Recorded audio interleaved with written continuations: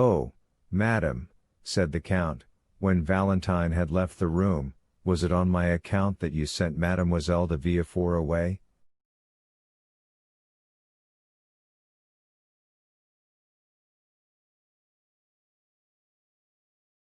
"By no means," replied the young lady quickly, "but this is the hour when we usually give M. Noirtier the unwelcome meal that sustains his pitiful existence."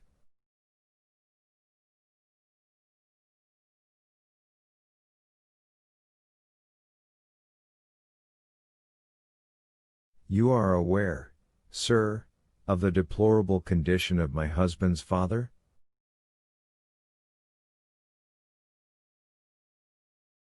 Yes, Madame M. de Villefort spoke of it to me, a paralysis, I think.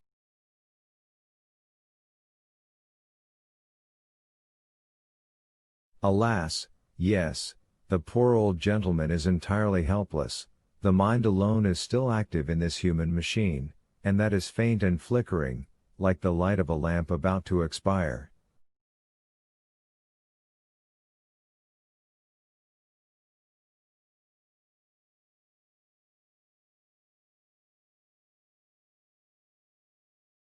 "But excuse me, sir, for talking of our domestic misfortunes, I interrupted you at the moment when you were telling me that you were a skillful chemist."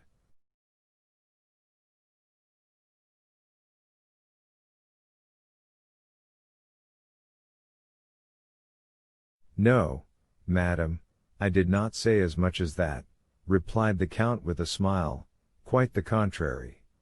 I have studied chemistry because, having determined to live in Eastern climates, I have been desirous of following the example of King Mithridates."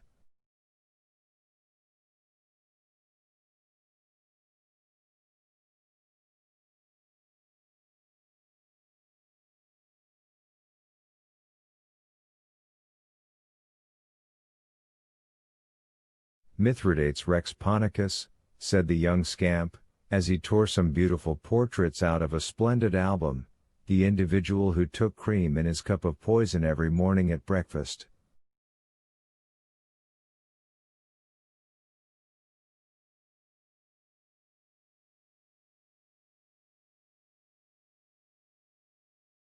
"Edward, you naughty boy," exclaimed Madame de Villefort, snatching the mutilated book from the urchin's grasp, "you are positively past bearing, you really disturb the conversation. Go, leave us, and join your sister Valentine in dear Grandpapa Noirtier's room."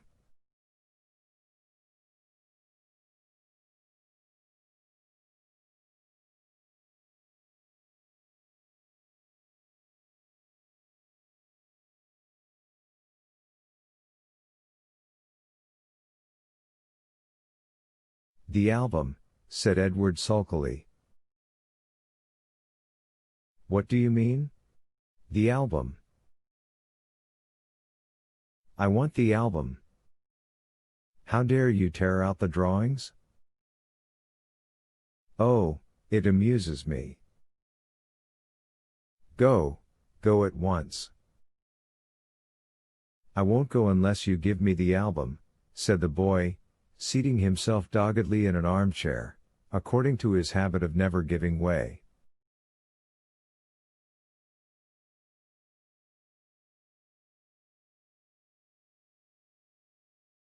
"Take it, then, and pray disturb us no longer," said Madame de Villefort, giving the album to Edward, who then went towards the door, led by his mother.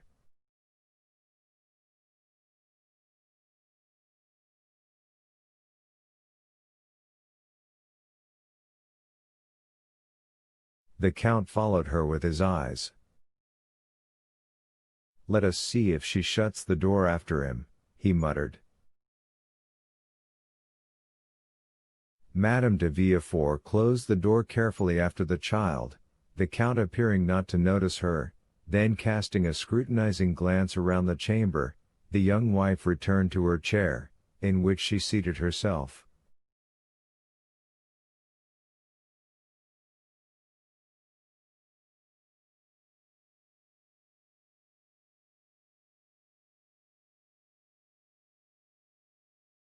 Allow me to observe, madam, said the Count, with that kind tone he could assume so well, you are really very severe with that dear clever child.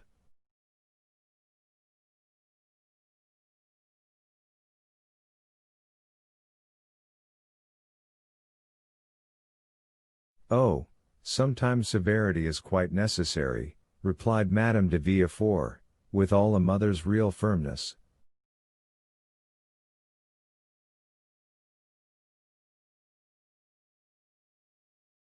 It was his Cornelius Nepos that Master Edward was repeating when he referred to King Mithridates, continued the Count, and you interrupted him in a quotation which proves that his tutor has by no means neglected him, for your son is really advanced for his years.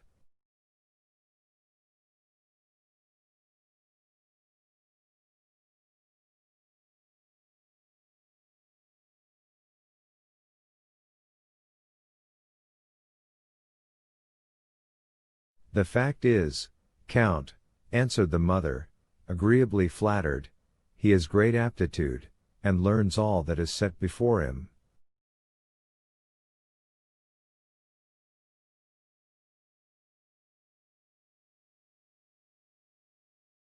He has but one fault, he is somewhat wilful, but really, on referring for the moment to what he said, do you truly believe that Mithridates used these precautions, and that these precautions were efficacious?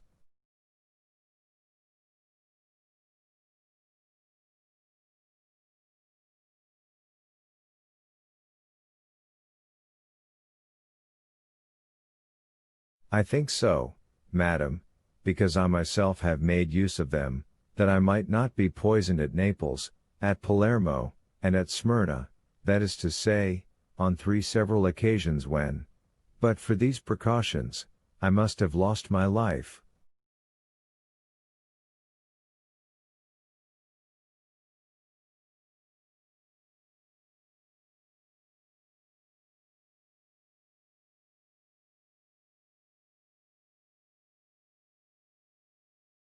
And your precautions were successful? Completely so. Yes, I remember now your mentioning to me at Perugia something of this sort.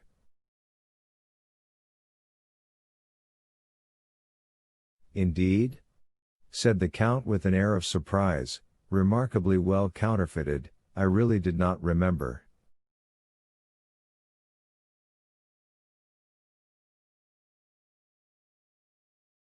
I inquired of you if poisons acted equally, and with the same effect, on men of the North as on men of the South, and you answered me that the cold and sluggish habits of the North did not present the same aptitude as the rich and energetic temperaments of the natives of the South.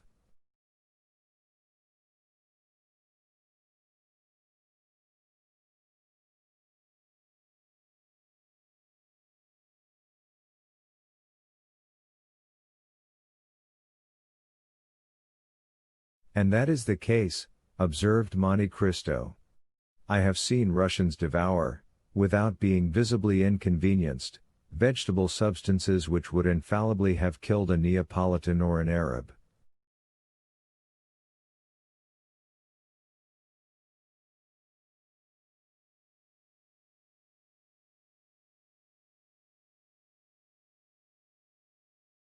And you really believe the result would be still more sure with us than in the East, and in the midst of our fogs and rains a man would habituate himself more easily than in a warm latitude to this progressive absorption of poison.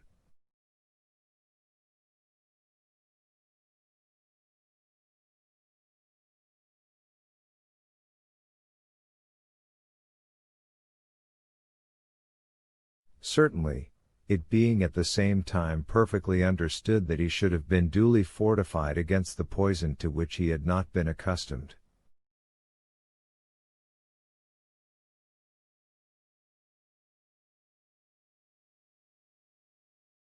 Yes, I understand that, and how would you habituate yourself, for instance, or rather, how did you habituate yourself to it?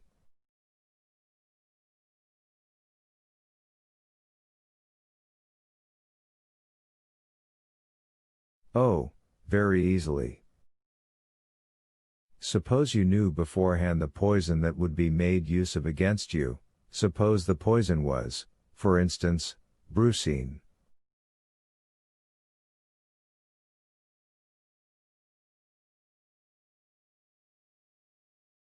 Brucine is extracted from the false angostura, is it not? Inquired Madame de Villefort.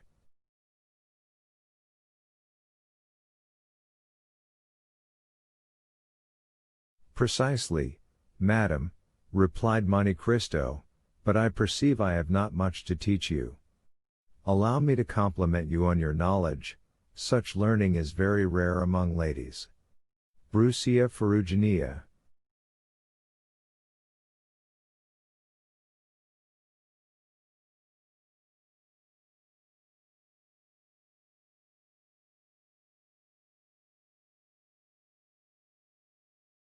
Oh, I am aware of that, said Madame de Villefort, but I have a passion for the occult sciences, which speak to the imagination like poetry, and are reducible to figures, like an algebraic equation.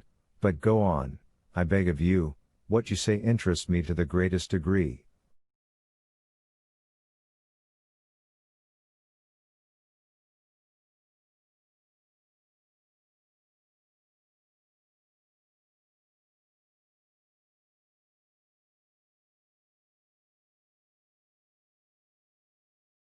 Well, replied Monte Cristo, suppose, then, that this poison was brucine, and you were to take 1 milligram the first day, 2 milligrams the second day, and so on.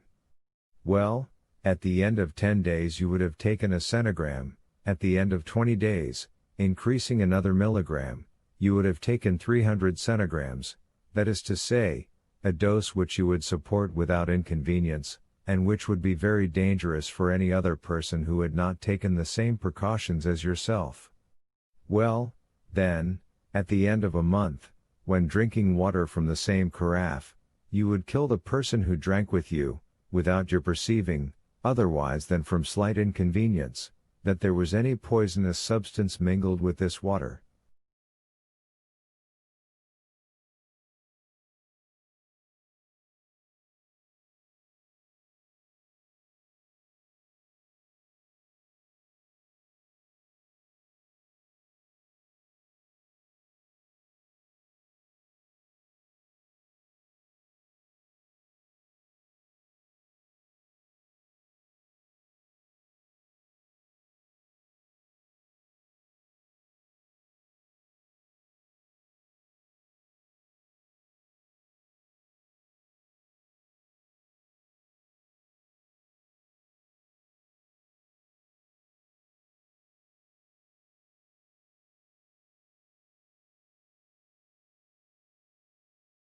Do you know any other counter-poisons?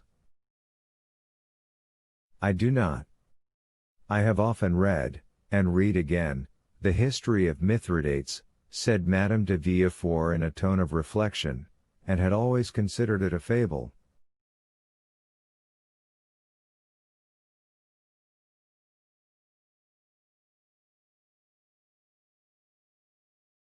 No, madam, contrary to most history, it is true, but what you tell me, madam, what you inquire of me, is not the result of a chance query, for 2 years ago you asked me the same questions, and said then, that for a very long time this history of Mithridates had occupied your mind.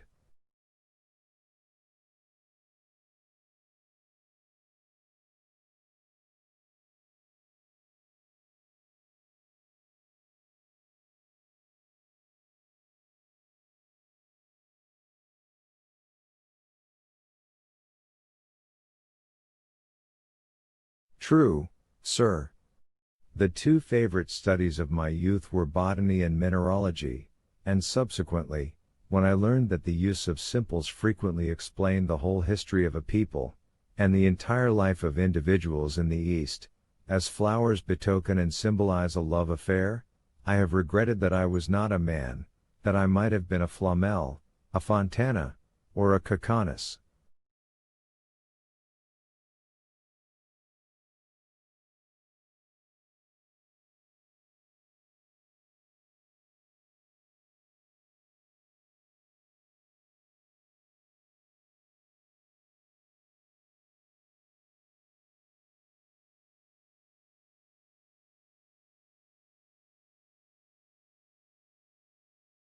And the more, madam, said Monte Cristo, as the Orientals do not confine themselves, as did Mithridates, to make a cuirass of his poisons, but they also made them a dagger. Science becomes, in their hands, not only a defensive weapon, but still more frequently an offensive one. The one serves against all their physical sufferings, the other against all their enemies.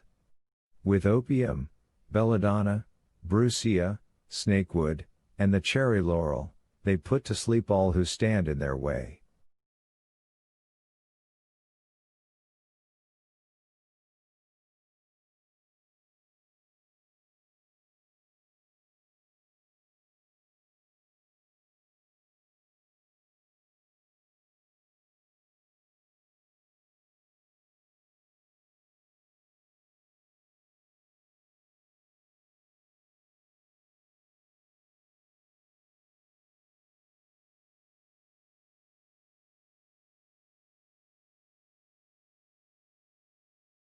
There is not one of those women, Egyptian, Turkish, or Greek, whom here you call good women, who do not know how, by means of chemistry, to stupefy a doctor, and in psychology to amaze a confessor.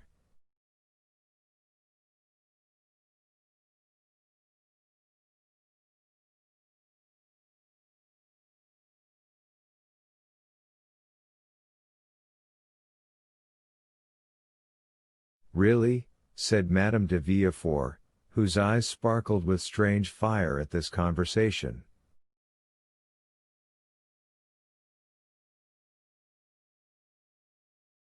Oh, yes, indeed, madam, continued Monte Cristo, the secret dramas of the East begin with a love philtre and end with a death potion, begin with paradise and end with hell.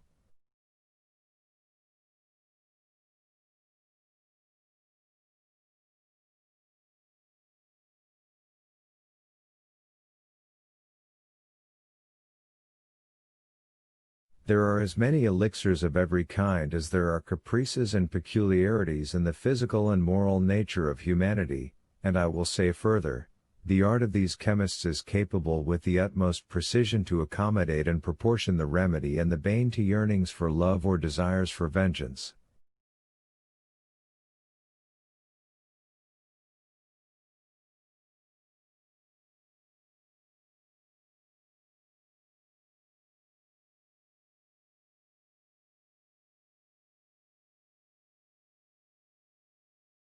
But, sir, remarked the young woman, these Eastern societies, in the midst of which you have passed a portion of your existence, are as fantastic as the tales that come from their strange land.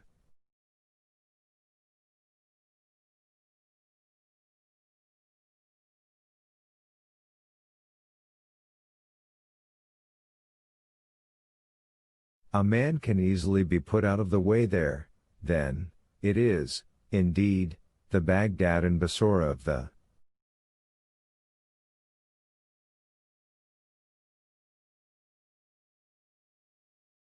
Thousand and One Nights. The sultans and viziers who rule over society there, and who constitute what in France we call the government, are really Harun al-Raskids and Jafars, who not only pardon a poisoner, but even make him a prime minister, if his crime has been an ingenious one, and who, under such circumstances, have the whole story written in letters of gold, to divert their hours of idleness and ennui.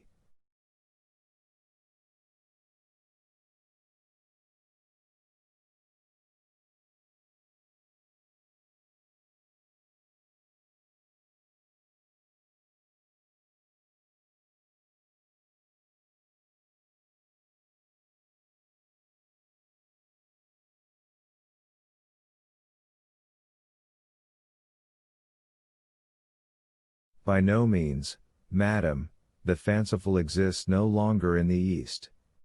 There, disguised under other names, and concealed under other costumes, are police agents, magistrates, attorneys general, and bailiffs.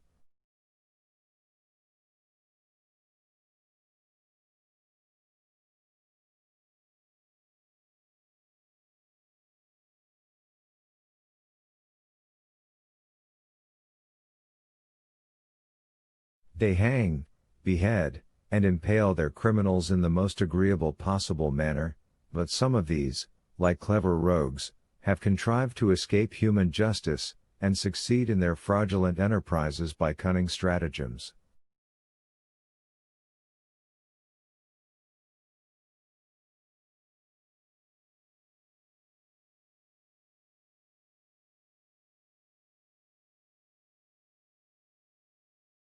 Amongst us a simpleton, possessed by the demon of hate or cupidity, who has an enemy to destroy, or some near relation to dispose of, goes straight to the grocers or druggists, gives a false name, which leads more easily to his detection than his real one, and under the pretext that the rats prevent him from sleeping, purchases 5 or 6 grams of arsenic.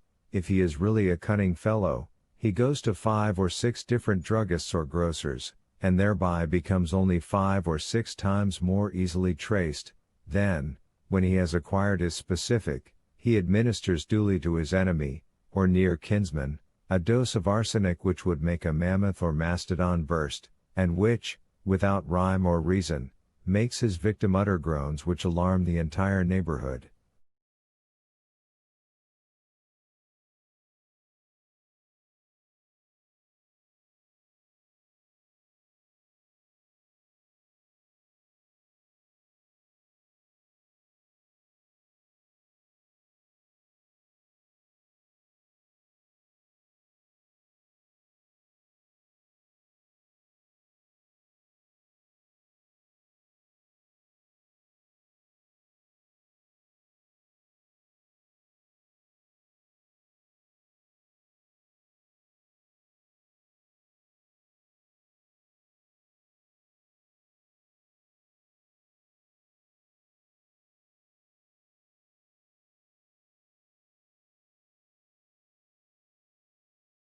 Then arrive a crowd of policemen and constables.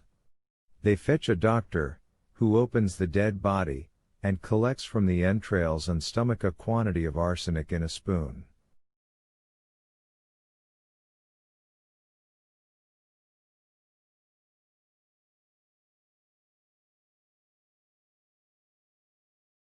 Next day 100 newspapers relate the fact, with the names of the victim and the murderer.